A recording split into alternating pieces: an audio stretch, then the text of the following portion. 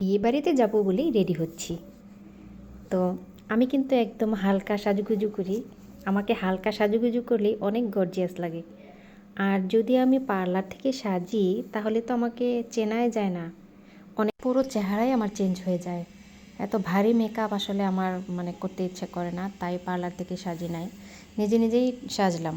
আমার কাছে নিজের সাজুগুজুটাই ভালো লাগে। আজকে হচ্ছে বৃহস্পতিবার, তো আমার হাজব্যান্ড হচ্ছে অফিসে আর মেয়ে হচ্ছে স্কুলে।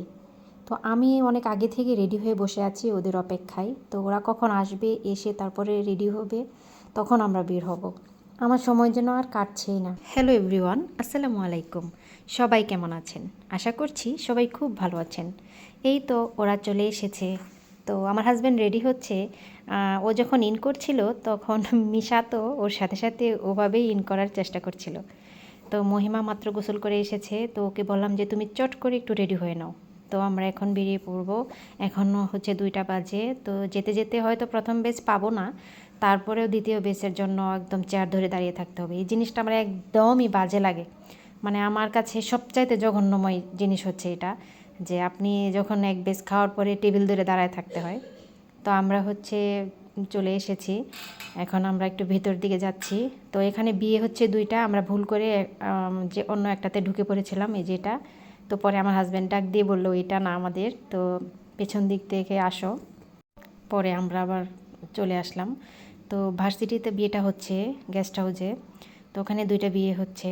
তো যেই কথা সেই কাজ, প্রথম বেস পাইনি, দ্বিতীয় বেস হচ্ছে চলছে আর কি। তো সেই ফাঁকে আমি একটু ভিডিও করে নিয়েছি, খাবারের আইটেমগুলো আপনাদেরকে দেখাচ্ছি। তো 3টা চেয়ার খালি ছিল, ওখানে আমার ছেলে মেয়ে ওদেরকে বসিয়ে দিয়েছি। তো যেহেতু 4জন একসঙ্গে বসলে একটু প্রবলেমই হতো, তো সবাইকে আমরা ভালো করে খেতে খাওয়াতে পারতাম না। দেখেন আমার ছোটো পুচকিটাও হাত দিয়ে খাচ্ছে। যে ছেলে বাসায় এত খাবার রেডি করে দিলেও সে খেতে চায় না, সে বিয়েবাড়িতে গিয়ে একা একা খাচ্ছে।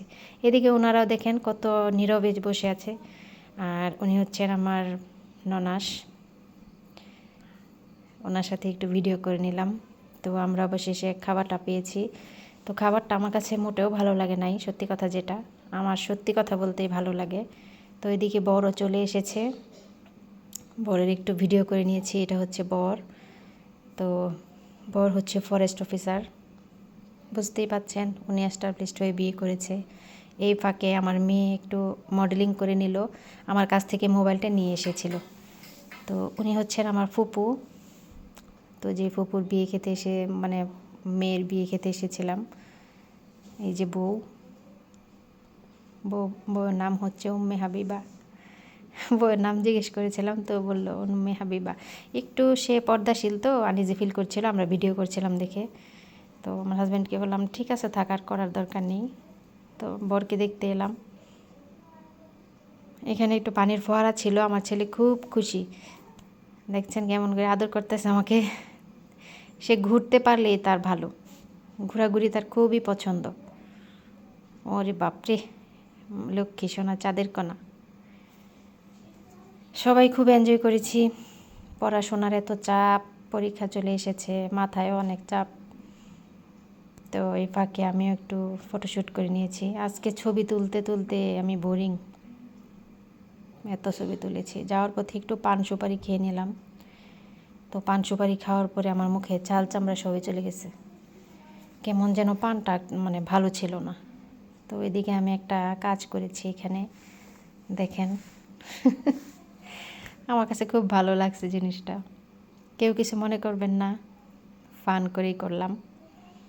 তো এখন আমরা বাসায় চলে আসছি, গাড়িতে উঠবো, এখন বাসায় চলে যাচ্ছি। সবাই ভালো থাকবেন, আল্লাহ হাফেজ।